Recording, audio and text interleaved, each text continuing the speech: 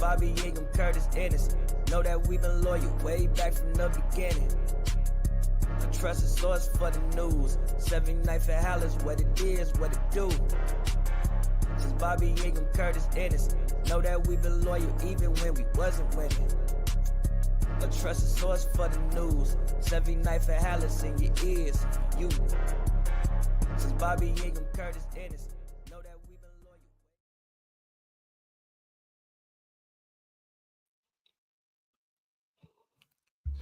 What is going on, ladies and gentlemen?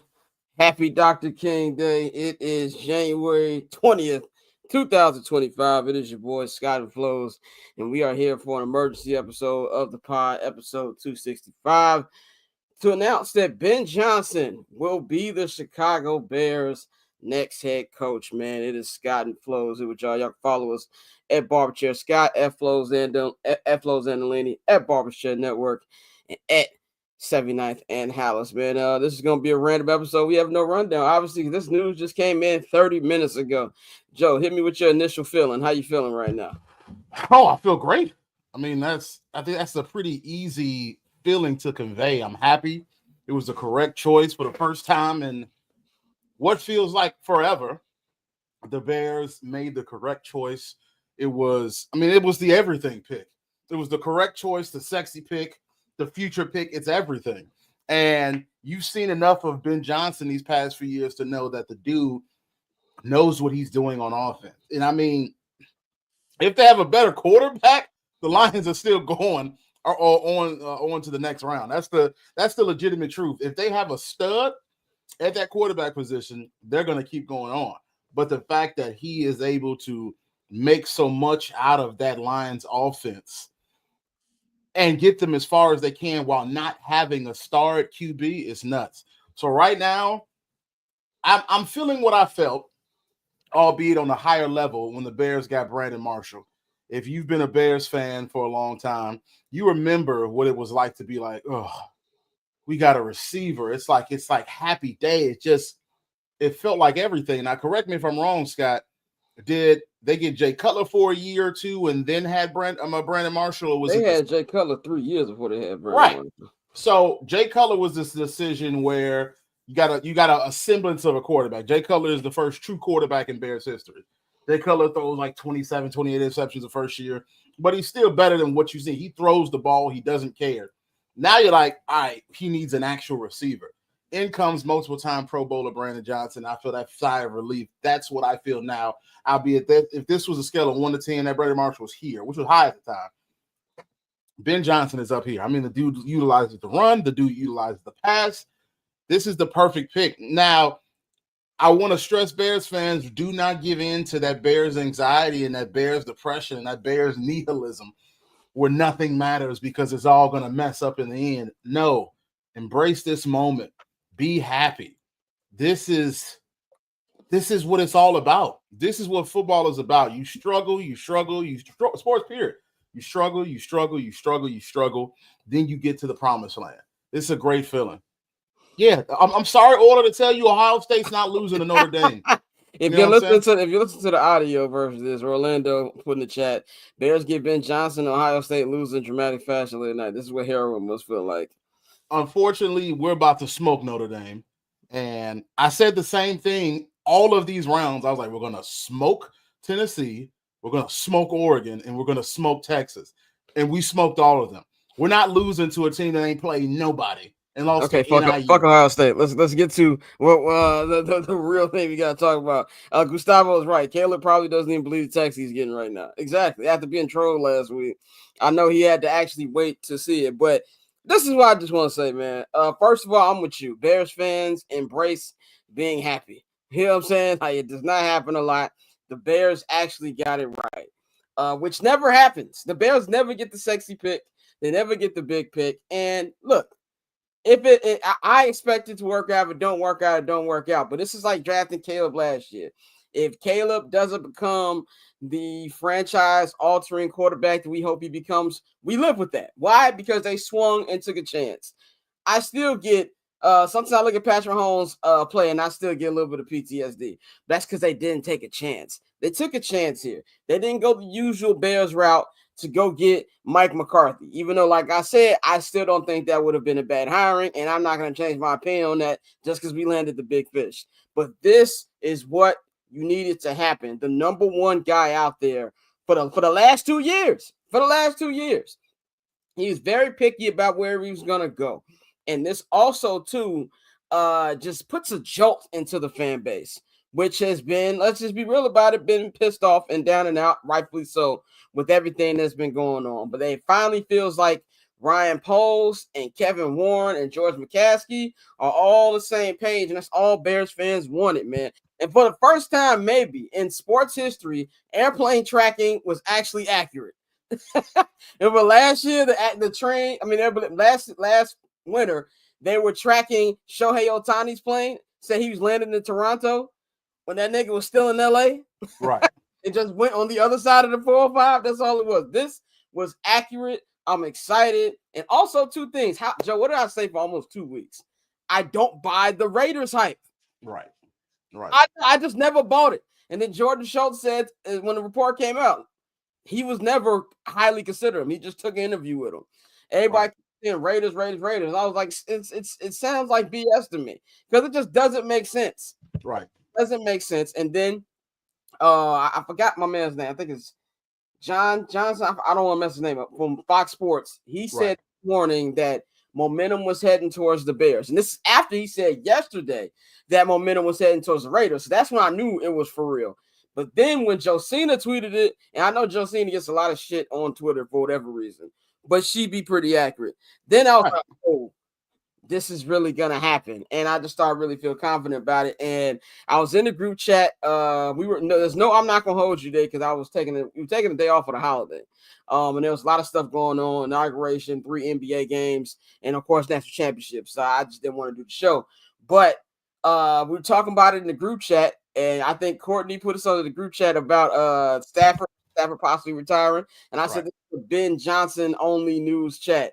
And then Mikey tweeted in all caps Ben. And then shout out my guy Tosin. He texted me the actual report. And I told Joe, let's record now. So so much news coming out. We don't know exactly what the contract details will be and all that, but we do know Ben Johnson's been putting together his staff for the last couple of days. And right now, the favorite to be defensive coordinator is Dennis Allen from the New Orleans Saints. That's a good pickup for a defensive coordinator right there. Of course, we know whoever the offensive coordinator be is not going to be calling plays. It's Ben Johnson. But what does this signal to you, Joe? Because everybody was saying about, Ryan Poles isn't going to get it right. He's not the best guy. With everything been said about his job these last couple months, and to land the big fish, how does this feel? What do you think this does for him and for the perception of him is what I mean? Oh, I mean, it does a lot of things. I mean, I'm one, shout out Betsy. I'm one person that it matters who you bring in. The coaches, I think, are probably the most important thing. I know some people will probably say, oh, man, it's the players. It's the coaches. Who was it on the Bulls that said executives win titles? Was that Jerry Krause? Jerry Krause. Yeah. When Jerry Krause said, I know people were like, oh, up in arms. It's not so much true for basketball, but it is for football. I think it's half right with all sports. Yeah, I think football is the one where it is so hard to outplay bad coaching. It is incredibly hard to outplay bad coaching. Basketball, other sports is a little different, but football is so hard. And so right now, this signals that Ryan Poles understood the gravity of the situation that he's in, understood the mistakes that he made, and he's willing to amend them and do better. And again, I am a person who has been on Ryan Poles' heels for quite some time. But what I have, the constant thing I had within our discussions on it was there's a good GM in there because I've seen the moves he make. The trade with the Panthers, still a great trade. Even if Bryce Young turns out to be great, that's still that is a franchise-defining trade. You get your number one receiver and you get your quarterback. And if we're remember, there's cause and effect and everything, causality. That becomes a binding effect that then weaves a line towards Ben Johnson. So there's always been a good GM. Now, this isn't me letting him off the hook. He still has to prove to me because remember, I wanted him to be fired. But right now, this shows me he understands the gravity. They realized, oh, we're not a small market team. You know what I'm saying? We're not like the Carolina Panthers. We are the Chicago Bears. We are a storied franchise. We have I think we have the most Hall of Famers, second most Hall of Famers. The most Hall of Famers. Most Hall of Famers. When you think of football and the history of football, there are so many Bears players that come into your mind, from the Sweetness, from the Mike Ditkas, from the George Hallases, the Gale Sayers. There are so many that come to mind. This is a storied franchise. And shout out, this is Caleb. You can pick up the phone, shorty. Hilarious. And so this is a big step for Ryan Poles. Now he needs to work on that line. Yes, but this is beautiful. Now, of course, you got to look at Dennis Allen. I'm down with that as defensive coordinator. This is perfect. Now, what comes into play now for Ben Johnson is, can he lead men? You know, he's a leader of men. That's typically last on my list of what a coach can do. I'm more so, how do you? Caleb said that too. Caleb said that on the Amara podcast. He wants a leader of men as well. I get it, but you're also adults. You're adult millionaires. I'm more importantly someone who can put things together. But again, it's happy, man. It's a great feeling. It's a great feeling, and like you said, there's a good GM in there somewhere. I wanted them fired too. I'm not changing my opinion on stuff just because they landed the big fish. Like I said, I'm not going to blame. Oh, all that stuff was said about Mike McCarthy? Never mind. No, I still believe in what I said in that. But this is what I wanted. And even though they lost this past weekend, I'm not blaming him for J-Mo throwing it to East Lansing. That I'm not blaming for that. I'm not blaming him for Jason. I'll shout my man Jason. I want to say Jason go. Jared go throwing it to the other team 4 times. I just love the play call, man. But like you said, Joe, like Shane said in the chat, job's not done. Now you got to go to free agency. Spend money on whatever holes you got to spend money, and the draft, hit on the draft picks. Because it doesn't matter if you take Bill Walsh out the grave and make him coach. If you don't have an offensive line, you're not able to run anything. So we all know Ben Johnson has been very specific about what he was going to go. We saw last year where he turned down the Commanders. He said, look, y'all got NBA people running y'all stuff. This is exact words. He wasn't concerned. He wasn't really with it. So this, he's going to have a game plan. Ryan Poles has a game plan. Now it's time to execute that game plan. Getting the coach was only step one, and now we have to continue it and go forward with that, man. But I just think this is a massive jolt to the fan base. We won't know how this is going to play out for another 8 months, 9 months, 10 months, honestly. We might not know till December, because remember, last year the team started 4-2. I'm going to wait till you can actually see on the field. But for right now, January, this is where you get excited and just take all the time of being panicky and stuff like that and just breathe. You got an opportunity to just breathe here. So I want Bears fans to do that, man. Joe, what do you think this says for Kevin Warren? Because they said he was a big factor in the hiring process. Bobby in the chat said bunk suit might be more than a glorified politician. How does this look good for him? His first official hiring, getting a coach. Oh, I mean, this looks great. I told you I'm a person who probably had more faith in Kevin Warren because I thought Kevin Warren had a really solid career before he came here. But now the fact that his first big major swing in his position is to take the most coveted offensive coordinator in the league. That is freaking big. You can't see the excitement of my dog, but my dog is really happy. He's really happy for what Kevin Warren is doing right now. And I think this is major. This is major for him. It makes him steam, because the thing is, sports is about appearances. What are you doing? What are you doing now? What have you done for me lately? And what do you do when the pressure's on you and you need to get it done? And they got it done by hiring the most qualified person out there. And I like the fact that poor dog. I like the fact that he got it done, man. It looks good on him, man. No doubt. Yeah, I think this is a big feather in his cap, because we all know that he has ambitions of being the next, commissioner of the NFL, and you don't want to mess up the charter franchise even more than it's already messed up. So I definitely think this is a good thing. And now, because we've always said we don't know who Kevin Warren is, I call him TED Talk Kevo, because he said the same shit at every press conference. He sounded like somebody actually on a TED Talk. And this just shows us that, hey, whatever reported news about Poles and Kevin Warren not being on the same page, that proves that they're on the same page here, or that he said, you know what, Ryan, I have faith in you, and I'm gonna let you pick who you want to pick. And also, I gotta give George some love for that. You know why? He got out the way and let the football people take care of football things. You know what I'm saying? And that's a major thing. And this is a good one. Yeah. And your weekend, Detroit. I know it's a lot of Detroit fans who are mad at me this weekend for laughing at them losing to the Washington Commanders and saying stuff like, oh, well, Ben Johnson's never going to return your call. Oh, how's that feel now, nigga? Y'all lost in the first round and y'all lost both your coordinators. It sounds like Aaron Glenn is going to be going to the Jets. That they're going to be, their next general manager is going to be somebody who's working in the Lions front office.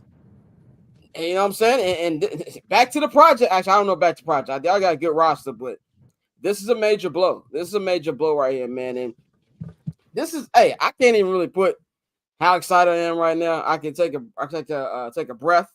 You got your coach, you got your quarterback, alignment. You know what I'm saying? And now we wait and see what's going to be the offensive, what's not the offensive, but like the free agent and the draft strategy. Now, Joe, you said, or like years ago, I remember years ago when they first, when they got rid of, I don't know if it was this, when they got rid of Nagy and Pace, and you asked him about having more black people in offices. So that was right before, so it is right before they hired Poles and Eberflus. And my question was about the diversity and the age.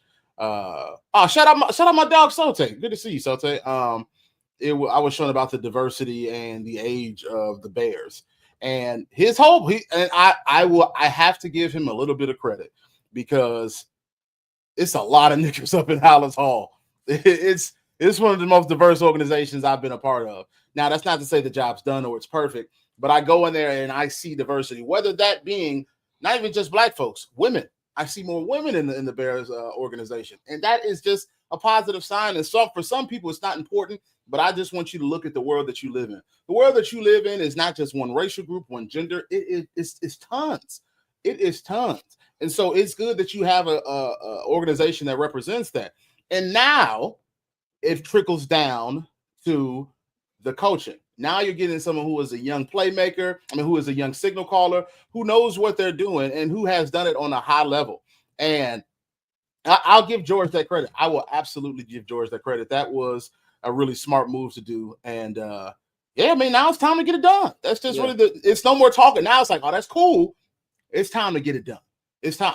It's no more the hypotheticals, what they can and can't do. Oh, you all ain't gonna get him. No, now it's time to put it into play. Yeah, I just got a text from my guy Chuck English, one half of the Cool Kids. So he's been on our show talking about the Lions last couple of weeks, and I told him. If you don't know who the Cool Kids are, bro, that was my high school. Yeah, man, shout out to Chuck, cooler man. Than that guy, man. Shout out to Chuck. That's my homie. He be on. He's always friend of the program. He's always on the show. We've been having this debate for the last couple months. He said that we weren't going to get Ben Johnson, and now. He's like, y'all can have him. He blew it on Saturday. I'm like, no, nigga, golf blew that. You know what I'm saying? But let's talk about Ben Johnson's background, Joe. You know what I'm saying? And you know, his coaching journey from being somebody who really wasn't talked about that much when he was in Miami with the time when he was with Dan Campbell to becoming a hot target last year, being even hotter this year to now having his head coach. What did you think about, his journey getting up to the ranks? One, I think he pretty much follows the prototypical coordinator to coach pipeline. He's only been coaching since 2009. Okay. And I'll say only. That's a long time. That's a long 60 time. Years. Yeah, so exactly. I say he's only. You know what it is that I don't realize how old I am. Bro, in our head, 2009 sounds like last week. Right. And so I say it's only been 2009. And in reality is that's actually a very long time. 2000, the year 2000 feels like 10 years ago in my head, but it was almost 30 years ago. Right. So looking at what he has done, this is a kid when he was in high school. This is a man, because and the funny part is, what is this crazy? We're getting older. He's only a couple years older than you. You're 36, he's 38. And we're talking about youth. Yeah. This is youth. But he came into the game playing quarterback. That is what he did. He got he was a quarterback in high school when he was in North Carolina, and then he went to North Carolina as a walk-on. He was the reserve for T.J. Yates. If you've been following the game for a long time, then you should remember T.J. Yates. T.J. Yates was in college around the time Troy Smith, one of the greatest Ohio State quarterbacks of all time, was playing. And so he goes from there. After that, he gets into coaching with Boston College. Then he goes Boston College for about 2 years, and then he's straight up to the NFL. And he's been offensive assistant, quarterbacks coach, tight ends coach, wide receivers coach, quality control, passing game, to finally offensive coordinator. So he has had a long journey. And I think about this from his first year as a graduate assistant in Boston College to his actual first year coaching in 2011. He did not become an actual offensive coordinator until 11 years after that. So he has had a long journey soaking up the game, understanding it, being around people and being around offenses that are moving. And this is literally the prototypical way somebody becomes offensive coordinator. And then this is what happens when you're offensive coordinator in the league. When you're good enough, you're going to get snatched up quick. You don't stay around long. Back in the day, the greatest defensive coordinators typically left quickly. Now, defensive coordinators tend to stay along a lot longer than others. But now, since he's been there only for those 2 years, they have produced one of the most incredible offenses around. And it got so good that he became a commodity, and it's time for him to get hired, stay that extra year. And so perfect background for him. He's looking good. I just think this is one of the most incredible days for Bears fans. But now it's time for the pedal to the metal. It's time for all of the situations and hypotheticals to go out the window. Now it's time to see the work. So me and Scott getting in the off season, and the funny part is this draft becomes so much more consequential. 100%. I want to know this has been Johnson's first draft as a head coach. This is Ryan Poe's fourth draft. This is fourth draft. Fourth draft as a GM. How is Ryan Poles going to make up for the mistakes he made? How is Ben Johnson going to fulfill his role as a head coach? It becomes a lot more consequential. And now when me and Scott are at Halas Hall during the summer and we're watching OTAs, mini camp, training camp, we're just going to be looking like, okay, what does he do in this situation? Yeah. How does he handle it? What's his message to the team? When he gets up to the interview booth in the PNC Center, the Midway Center, what's he going to be saying to us? And we're going to have these individual conversations with him. And I'm looking forward to it, dude. I'm excited. I cannot act like I'm not excited. I am super excited. Is it Marina? Marina, how you pronounce her name? Show us the doggy. That's Maria. That's my homegirl. You can see him in the background. Shout out my dog Sote. And Buddy's in the background. Kenan Allen. I'm pretty sure. I agree.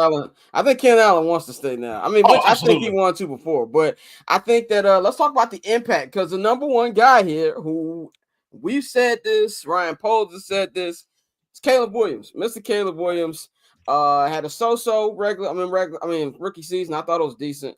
But a lot of things that he needs to get developed. And the things that we just saw this year. I'll say it right now. I think that Matt Eberflus was the worst coach in Bears history. I'm sorry.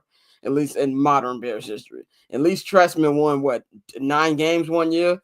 They got it down to that final game where they could have won the NFC North. At least they had a high-ranking offense this first year. Everything was bad, from schemes, everything like that. I think that you're really going to see finally the difference between a well-coached team and a poorly coached team. I've always said I don't think that roster is as bad as it looked this season. I really don't. They need to be put in the best positions to succeed, and I think he's going to do that. The potential for Caleb Williams now is what I'm excited about, because he can finally reach that with the schemes and the way that Ben Johnson draws up plays. And we also know he's not timid with this play calling either. And I think that we're really going to see Caleb take that next lead. You're going to see Caleb. They're going to work on Caleb's accuracy with the deep ball. The number one successful thing in football is the medium catch. Make sure you're doing these small catches at 5, 6, 7 yards. Mastering that before you get to the home run balls. And I think that I keep forgetting Ben Johnson. Ben Johnson's gonna fix that. Get something out of Cole Kmet. They didn't use Gerald Everett at all last year, and I always said he was a good end zone threat with the Chargers. Maybe he uses that. You're gonna see DeAndre Swift. Are they gonna draft another running back, maybe in the later rounds, to pair up with him? so they can do the two back thing. There's different ways this can go. What do you think about what he's gonna bring to the players already on the rosters at the moment? The biggest thing for him will be utilization. I never, like you just said, I never thought this was as bad. I never thought this was as bad of a team as, our record showed, as their record showed. It always seemed like, there's a little bit more. When you got three number one receivers, you got two solid running backs. DeAndre Swift can be a lot better, even though it's unfortunate that every time DeAndre Swift leaves a team, they get a running back who performs better. But you got enough there that it should not have been as bad, at least offensively, as it was. Though there are struggles with the offensive line and the defensive line, it should have been a lot better. So what I'm hoping to see specifically is DeAndre Swift get 1,000 yards rushing, probably finding a running back next to him, and it could be that DeAndre Swift becomes the number two. But I need to see at least 1,500 yards total from that rushing game. And that's bare minimum. Yeah, we're talking that's not a lot. I mean, DeAndre Swift had freaking 800, 900 yards this year. I need to see a lot more. You know what I'm saying? I need to see that DeAndre Swift can get himself to that 1,000-yard barrier. Because, again, you got 17 games this year. You got 17 games going forward. That 1,000 yards is not a tough one to make. He had 959 yards this year, and he only rushed it about 253 times. He had 3 yards, 3.8 yards per carry. I need to see him get to that. Roschon Johnson, as his compliment, put up about 150 yards, nothing crazy. So I need to see that either you're going to get DeAndre Swift to that 1,200, 1,300 yard mark, or you're going to see Roschon or whoever comes after him. I know a lot of people are looking at Travion Henderson from Ohio State, from the Ohio State University. Maybe he's someone he comes in because he'll be a later round pick. Seeing how that meshes together and seeing if you can get to the bare minimum of 1,500 yards. After that, I want to see Cole Kmet be very specific and become the red zone threat that I know he is. He's not a person who's going to get you yak, which, again, might be a concern if you're looking for that, because the tight ends and Ben Johnson, Simpson, Sam Laporta, they're yak. They can get yak very good. So maybe also seeing what Gerald Everett can do. DJ Moore, I need him back to 1,000 yards. Need him back to 1,000 yards very easily. Well, at least we know he's not going to use him like he's a running back. Right. I need to see him get 1,000 yards. I want to see Keenan Allen become a red zone threat. I want to see Roman DJ get 1,000. That's a solid bare minimum for me. I don't know. I know Rome finished for like 800 or something like that. 750, right. 800. Yeah. Right. I know. And DJ had 1,000, didn't he? Or was he just short? He was just short of 1,000. Okay. And so I need to see that happen. But I need to see 2 1,000-yard receivers. DJ Moore finished with 966. Very close. But he finished with 966. I need to see 2 1,000 yards receivers. It might sound like it's a lot, but in reality, it ain't. It's actually a very solid amount if you have a decent quarterback. And looking at receiving, they got 1,000 yards from Amon-Ra. So, yeah, 2,000-yard receiver. Amon-Ra got 1,200. Jamison Williams got 1,000. And then Sam Laporta got 700. And then Jahmyr Gibbs got 500. And then their third wide receiver got 400. That's a good start. That's a good start. Jared Goff finishes with about 4,600 passing yards. I want to see Caleb gets 4,000 passing yards. He got to 3,000 with a lot of games where he barely threw. I want to see Rome and DJ get 1,000 yards. Keenan get himself 600-700 yards.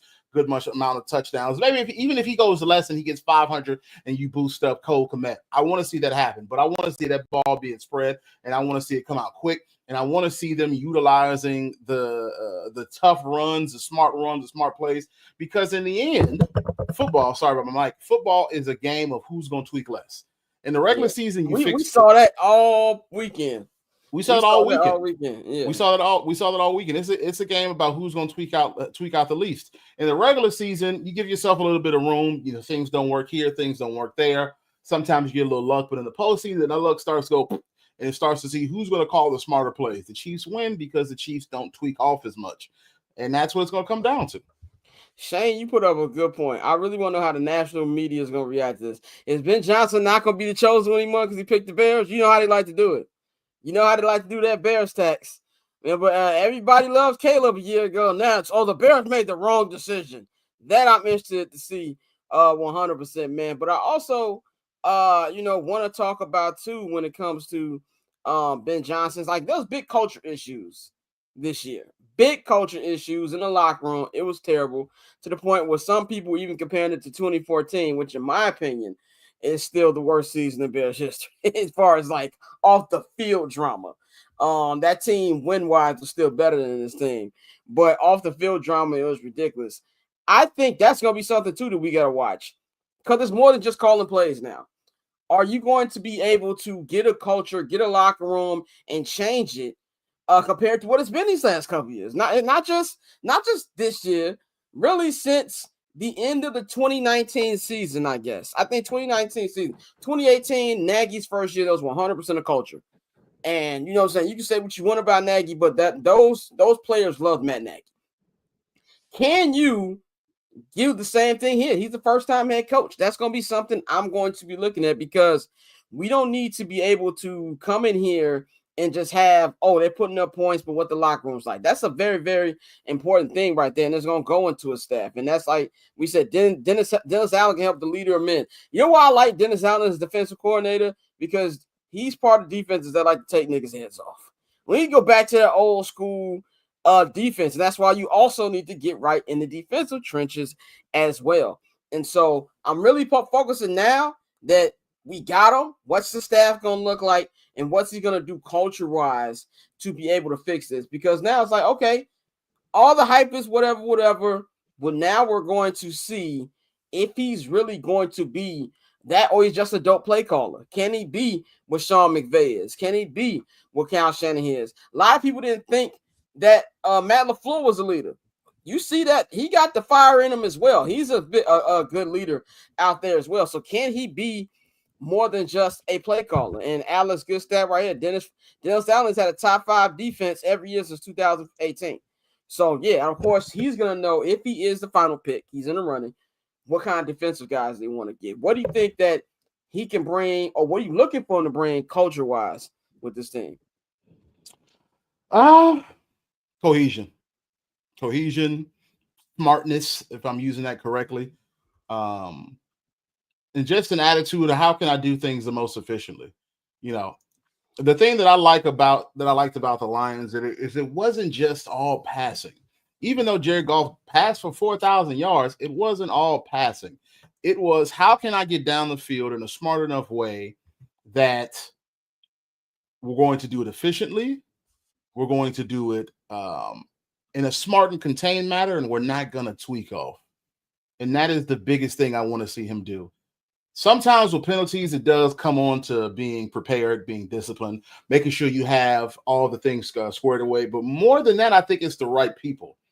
If you come into the game focused on the game, you'll perform better. If you come into the game and you prepare yourself, you'll perform better. And bring on the coach music, because my entire time in high school football, it's 3 years, I only got a false start twice. And they were back-to-back false starts. And what happened is I wasn't focused on the game. I was thinking about something else. It was probably, if I remember correctly, it was a girl. And I wasn't focused on the game. And I gave that up. And then when I came to my senior year, I put everything into that. I focused on the game.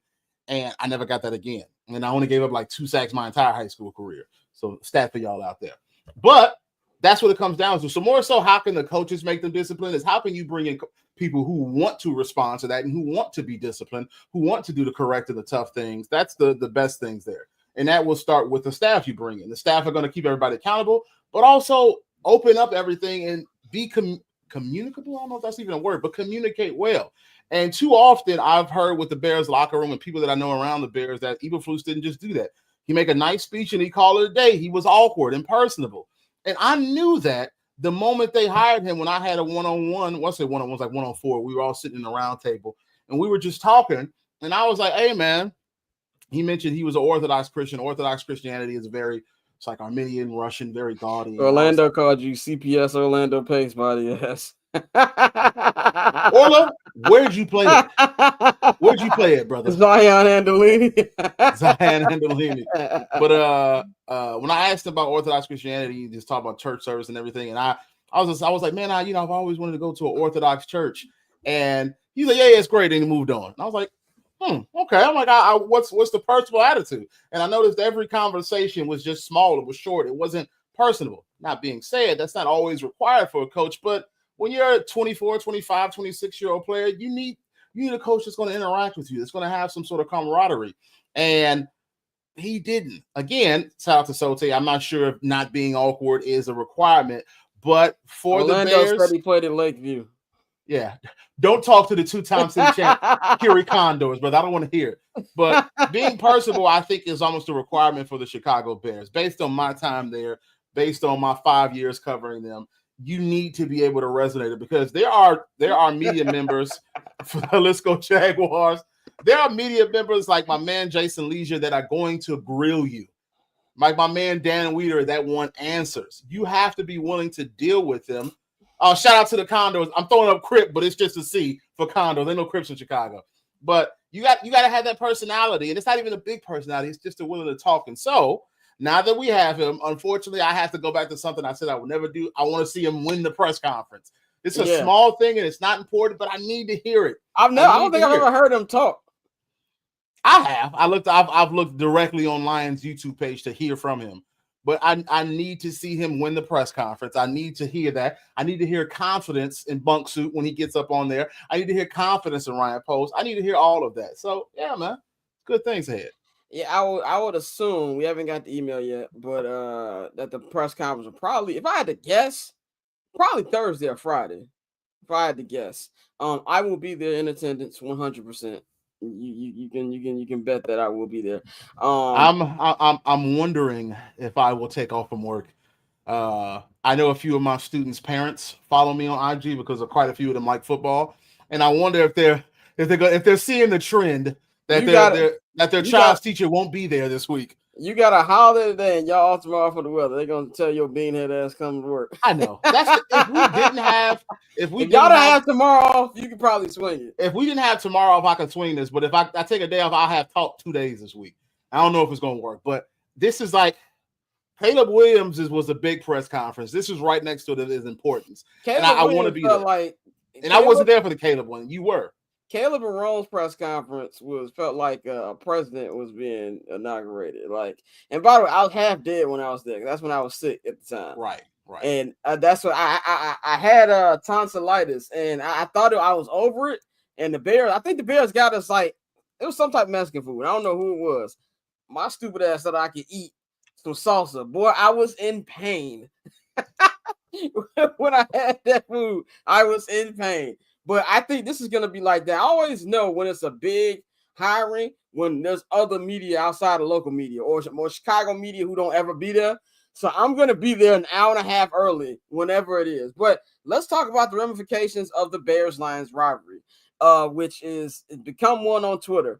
People say, "Oh, y'all gonna hire Eddie George?" Haha. Lions fans are real down bad this weekend, real bad. That they lost to the Commanders. They lost both the offensive coordinators and lost one of them to their division rival. Something else is happening too, Scott. What's that? What's happening later today? Oh, Ohio State, and for your a good chunk of Lion fans, they're going to be Michigan fans. For you got some outliers who are going to root for your Michigan sake, State. I hope Notre Dame don't win. Here's the thing. The Buckeyes can never hurt me too much because I've seen 2 titles. I've seen us lose in the Natty. I've seen Alabama absolutely thrash us. So if they lose, I'm going to be absolutely heartbroken. But I'll move on. But I don't think we'll lose. But anyway, it's a rough day for Lions fans because it's a good chunk of those who are Michigan fans and they got to watch Ohio State. And they can say, "Oh, we beat y'all." I'm like, "Yeah, but we're going to win a Natty." So you're not. Anyway, I think this is a brutal blow. This is a brutal blow. It's the worst thing happened to Choice is the auto collapse. All right, man. This is the worst thing happened since Eminem dropped Relapse. This is the worst thing that happened since I don't know, nigga. Yeah, since that happened. It's not a bad thing. I would not want to be a Detroit Lions fan this week. Y'all going through it right now. Losing to Altar Boys is hilarious. We're just gonna have Joe and Orlando go at it about Chicago football. But yeah, man, I think this is a blow for them. And shout out my man JR Bang. Bang said this repeatedly on I'm Not Gonna Hold You. Not only do you get better, but you make them worse. And he knows how to beat them. He knows what makes that offense go. You know what I'm saying? That's all that is. And so that's gonna be exciting to see. And also shout out our man B Float in the chat. Shout out to the homies at the 108. Shout out to all y'all. But he said worst thing that happened in 313 since Clarence got smoked. Worst thing happened to Troy since Kid Rock being born. Hilarious. Worst thing happened since Obi Trice's second album that nobody remembers. It wasn't a bad album. It was terrible. You remember that thing? I just want you in my arms, oh baby. That song was terrible. That song, I go against that. I come against that. You don't follow Cheers Up with Round 2. That was the name of that crappy album. Was Cheers a classic? Let's talk about it. Anyway. Cheers was fire. Cheers, I don't know if it was a classic, but it was fire. So this is the worst thing that happened since Big Meech got arrested in Detroit. Like this is a lot of things going on. But yeah, what do you think about this rivalry wise? What do you think it does for them? Oh, this ratchets everything up to the next level. And I got quite a few Lions fans, Central on Twitter, Depressed DET, I forgot his full name on Twitter, and they're like they feel it, but then the next tweet was like, it's gonna be a war. It's gonna be a Royal Rumble in with the Bears and Lions with everybody else in the NFC. Everybody going like 9 wins max because the whole division is gonna be good. But I think for the Bears and the Lions, the Bears have typically outclassed Detroit for much of the history. This was the first year that they swept us in quite some time. They swept the Bears in quite some time. And now this is a chance for the Bears to get their lick back. But now is the time for a division that has, at least for the past couple of decades, has been characterized by this team versus the Packers. Lions, Packers, Vikings, Packers, Bears, Packers. The Packers were that enemy. But now, folks kind of smacking the Packers up out of here. Folks kind of saying, get up out of here. You know what I'm saying? Them's the old days. Get up out of here, little nigga. That type of thing to the Packers. So now it's time for those individual rivalries. Go ahead. You know, Lions fans, a couple, when they said that now we're going to figure out this was Dan Campbell's offense. Really? Really? What we doing here, bro? We know it was Ben Johnson's offense. Come on. We don't have to do this. We don't have to lie to ourselves. It's Ben Johnson's offense. I get it, though. You cope because if the Bears had an outstanding offensive coordinator, and let's say, I don't know, the Bears had an offensive coach and they had an offensive coordinator. The coordinator was great. I would say, I was actually the head coach office. I would have that urge too. But in reality, we know what it is. We know it was Ben Johnson's offense. He's calling the plays. Come on now. It's cool. You all had your success. And I still think you have the talent, the infrastructure. Hopefully, whoever was under Ben Johnson was watching and following around so you can build the next offense up. I think you'll be just fine. But yeah, man, now it's a slobber knocker. The good thing for them, though, is they know Ben Johnson. They know his playbook. But then on the flip side of it, we know what you're going to do as well, because more than likely the offense is going to be a retool or a reband of what he made. So, yeah, man, the rivalry kicks up a notch. You know, I no longer have to look at it like, here we go play unstoppable Lions. Now it's like, oh, okay, what can the Bears do to prove that they've taken the next step? And also there's implications on stats and what I want to see from Caleb. And I'm ready for 27 plus touchdowns. I'm ready for 4,000 yards. It's turn up time. That's the best way to describe it. It's turn up time. It reminds me of, was it Jingle All the Way? Arnold Schwarzenegger. It's turbo time. That's how I feel. I want everything to ratchet up to the next level. Well, in the words of Stringer Bell, I want you to put out the word. We back up. Facts. We back up. You talk about expectations, realistic expectations. Like I said, I'm not doing a win-loss expectation. Right. One, we don't know the order of the schedule yet. We know what teams they'll be playing, but I'm done doing the schedule thing with the picks. But I will say my realistic expectations, like you said for Caleb, 4,000 yards, 30 touchdowns, keep the turnovers low. But even more than just the numbers, better deep ball, better footwork. Better using his legs when the defense allows him to use his legs, and just be a better holding on to the ball less sacks. I feel like those things are going to be something that we're going to have to look at as well for him. But those are my realistic expectations. I need this to be, I don't know if I'm putting too much different on my chip. I need this to be at the very least a top 12 offense in the NFL next year. Yeah. Even if it's 11 or 12. I think that's fair. I don't want to go, I'm like, oh, it's got to be 5. Like, no, it's some good offenses out here. But it's got to be 12. Now, I'm saying all that, they still got Ryan Poles still need to go out there, get the right personnel to add in the draft and in free agency. Do not be cheap in free agency. You feel me? Go out there and get your guys offensively and defensively. And now let's fill out this staff. What do you think? But here's a question too. What do you think this says about the division in general? Because I think what we've seen these playoffs and towards the end of this season, this division isn't as daunting as a lot of people thought. It's still a great division, Right. but Well, let me land the plane real quick. With the Packers, Jordan Love is who he is. He is who he is. He's a gunslinger. Yes, he can win games for you. He can also lose games for you. So you got that. We don't know who's going to be the quarterback in Minnesota next year. We don't know if they're going to pay Sam Darnold. We know if they're going to franchise Sam Darnold. We don't know if they're going to go at J.J. McCarthy. But even if they keep Sam Darnold, I think we've all saw he's still Sam Darnold. I think that's very evident these last couple weeks. He's better than he was. I give him credit. He's not a bad quarterback anymore. But he still has some things that get you. And Jared Goff, like I've said since day one, and I'm so glad that people saw he's the same nigga deep down inside of him. That bozo gene is still there. It's not like with Matthew Stafford there. Yeah, Matthew Stafford got a bozo gene every now and then. In fact, he had a bozo gene at the end of that game yesterday. I don't know what the hell that fourth down throw was. I'll give him a pass because it was snowing outside. But Jared Goff, he's just not that good. And now you're taking away the guy who made him get even as good as he is right now. I think it's very much up for grabs. I'm not, like I said, I'm not picking wins. I'm not saying the Bears are going to win the division, make the playoffs, whatever. But I very much think this division is up for grabs. If Ryan Poles adds the right personnel to the good stuff he already has right here. You know what? Here is my, just my general take on everything, the way it should go. I'm not sure if I would say the Bears should be 11 or 12. I mean, they're coming off, they were dead last in yards. That's why I said, am I putting too much dip on my chip? Maybe 15. Right. They were dead last in yards. I mean, that's 32.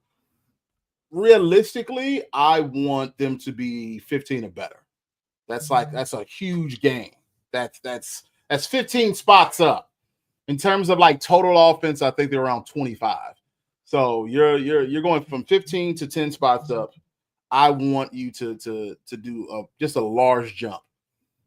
Next, I want to see Caleb take less sacks, work on that deep ball accuracy, because I think most of his deep ball accuracy comes from the fact that he needs to be calmer and he needs to set up and he needs to throw. He needs to have the confidence of what he's doing, because we saw him at Oklahoma and USC make the deep pass all the time. It was a highlight of what he could do. He has the arm strength.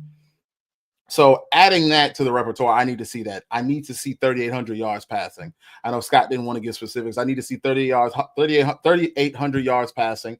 I need to see 25 plus touchdowns. I need to see him be calmer in that pocket. And then going on to the expectations of Ryan Poles and Ben Johnson, I want to see you get him a great blindside tackle that's going to give him some confidence and not have to worry about who's coming from that side.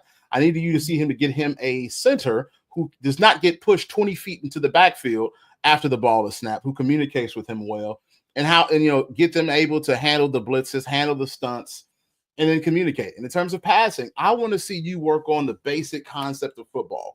They're sitting in too high, let's run smash all day.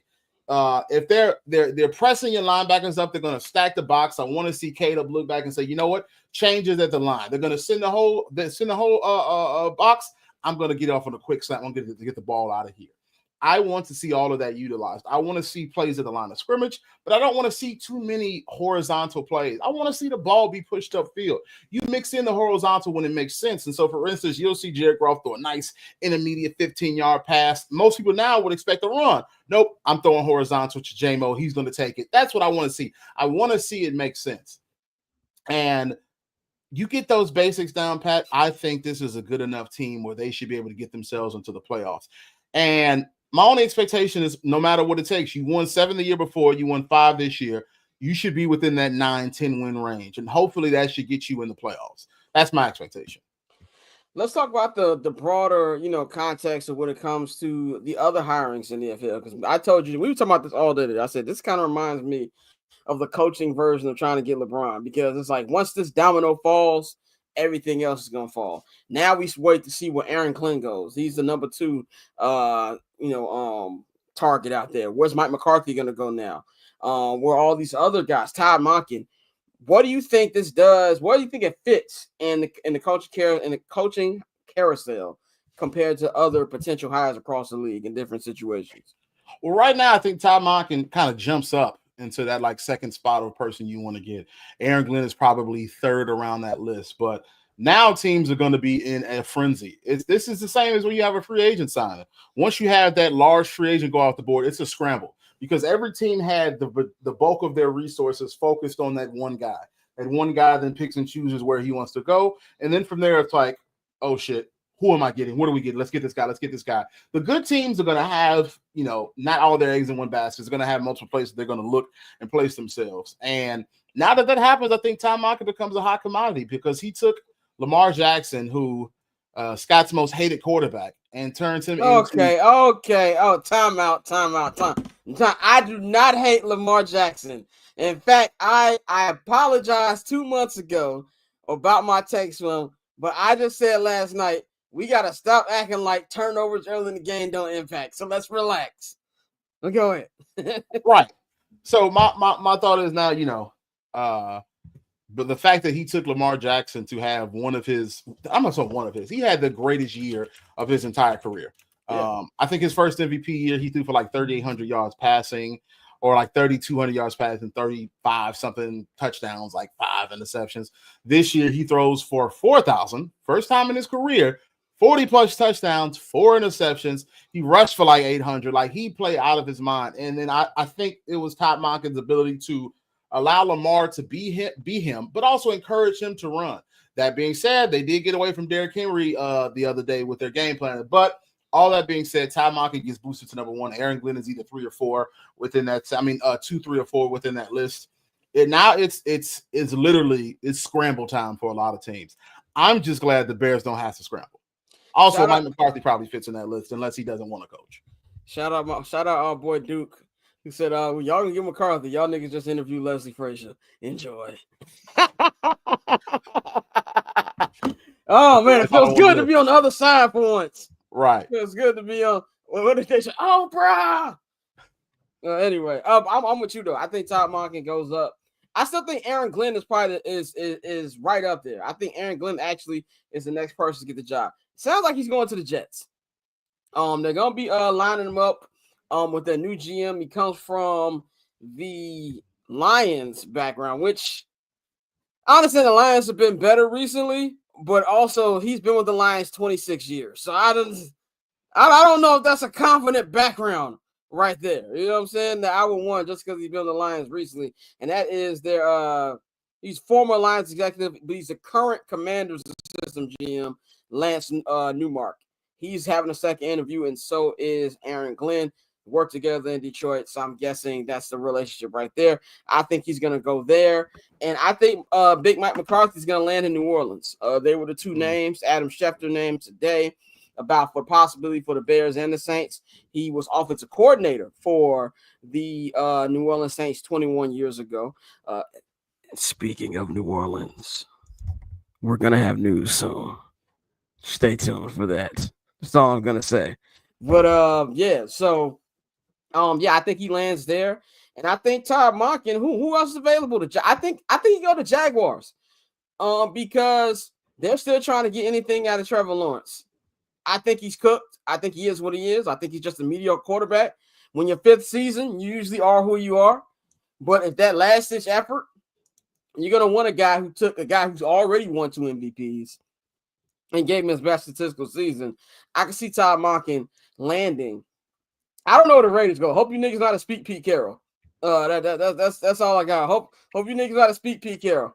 Because it's just so funny. There's 2 things. It just smelled like agent talk. And I gotta give a shout out to Justine Anderson again, because she tweeted also a week ago. She said, pay attention to the way that these interviews with Ben Johnson are laid out. He said, if you want to be with a team and you want if you want to be with a team and you want them to pay you, you're gonna send out motion that you're going somewhere else. That's why I've never bought the Raiders talk. Everybody kept saying Tom Brady.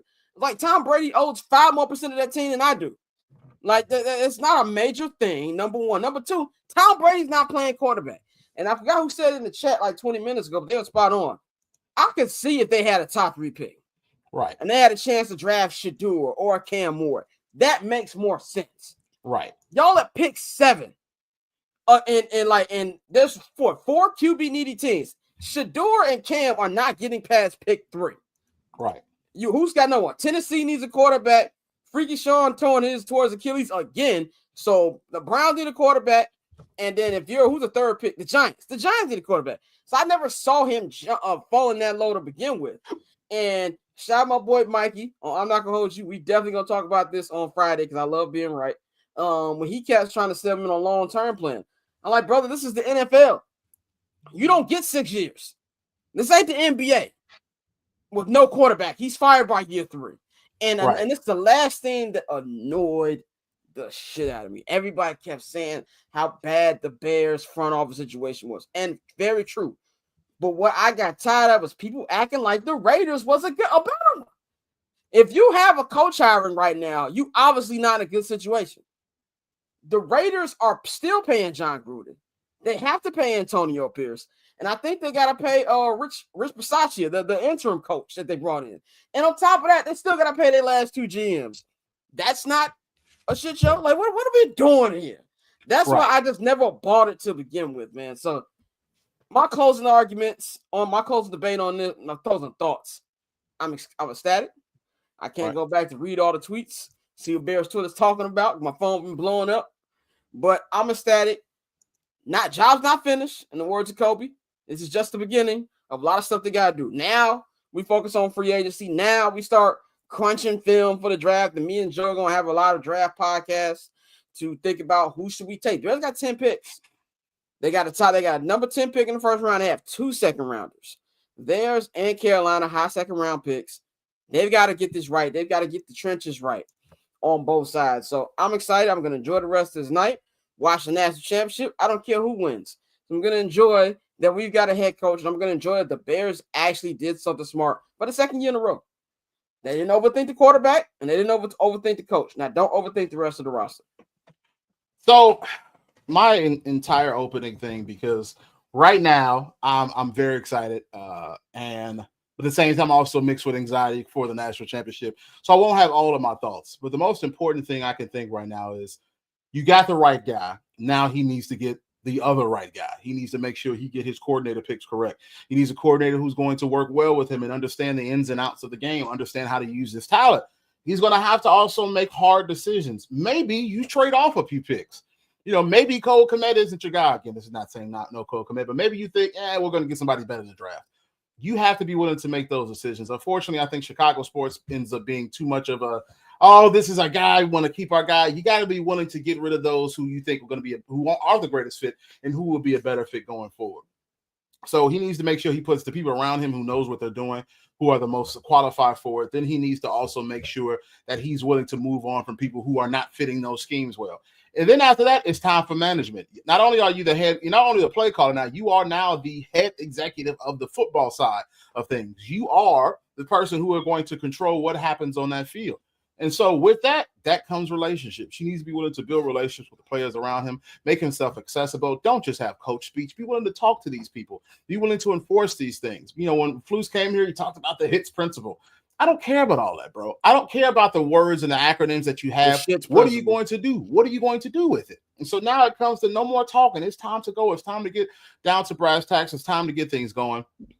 And I'm going to enjoy this feeling. I'm happy. I'm ecstatic. I'm going to, at least for the next hour or so, be feeling real good before the national championship game comes on. And I'm a nervous wreck. I'm already a nervous wreck, worried about it. Hopefully the Buckeyes seal it. Hopefully Scott texts me, like when we went up like 14 on Texas, Scott sent me thank you Texas fans. Thank you fans, like Texas background. I start crying laughing. Hopefully I can get that same text, thank you Notre Dame fans, and I can relax. But right now I'm going to be excited. I'm happy. I think in the coming weeks I'll have a little bit more takes. I'm sorry, Mariana. You know what it is. It's Ohio State. But it's a good day. Bears fans, enjoy it. Once the season ends, because I'm not going to really focus too much on what's really happening until everything is set up. But once the postseason ends, once we find out who's our champion, then it's time, it's wheels up. Now it's in motion. For the coaches, it's already wheels up. For the fans, for the media, we'll have a few speculations, but things are not going to get into motion until the Super Bowl ends. And so right now, man, just enjoy it. Enjoy what it feels like to get it done. And unfortunately for Notre Dame fans, the Buckeyes are winning by 2 touchdowns. And Just also, like you said, the NFL season is like the NBA. NFL offseason is like the NBA offseason now. Like, there's no break. As soon as the Super Bowl's over, the combine is 2.5 weeks after. So you got the combine, free agencies 2 weeks after the combine. And this thing's going to pick up quick, man. So we're going to have a lot more off-season pods than we did. And shout out to y'all, man. Shout out to y'all. 37,000. I'm at 37,000. 3,700 of y'all in the chat. That would have been nuts. Yeah, this style have been made. But 3,700 of y'all in the chat. You said, I'm glad they did this on Monday. So exactly. You can enjoy the rest of the week. Shout out once again, B-Flow. Shout out all our homies at the 108. We definitely got to come back on the show so we can have a positive talk about the Bears. I will be back on Friday. There was no I'm Not Gonna Hold You Day, Dr. King Day. There's a lot of games going on, and there's going to be attention everywhere. But we'll be breaking this down on Friday on I'm Not Gonna Hold You in deeper details where you get everybody else's opinion on that. Might have a guest or two coming. Then we're going to preview Championship Sunday. We only got 2 more weeks of actual football, which is the playoffs are always bittersweet because they're sweet because I love watching playoff football, but bitter because I'm going to have to be a full NBA watcher in about 3 weeks. And that upsets me. But anyway, man, anything you want to say else when we wrap this up? No, man, I'm ready to be a nervous wreck about the Buckeyes. So let's get it going. All right, man. Holla at y'all. And this will be, if you missed the stream, I'm going to upload this to the free feed. Usually goes on Patreon first. But since I'm feeling festive today, we're going to put it on the free feed for everybody. And the video is on the YouTube right now if you missed it. So it's episode 265. The next episode we do will be a recap of the press conference. So probably end of this week, early next week, that'll be press conference. So we'll do an episode after that, man. So we up out of here, man. Y'all enjoy the rest of y'all house. Since Bobby Yingham, Curtis Ennis, know that we've been loyal way back from the beginning. A trusted source for the news. 79th Halas, what it is, what it do. Since Bobby Yingham, Curtis Ennis, know that we've been loyal even when we wasn't winning. A trusted source for the news. 79th Halas in your ears, you. Since Bobby Yingham, Curtis Ennis.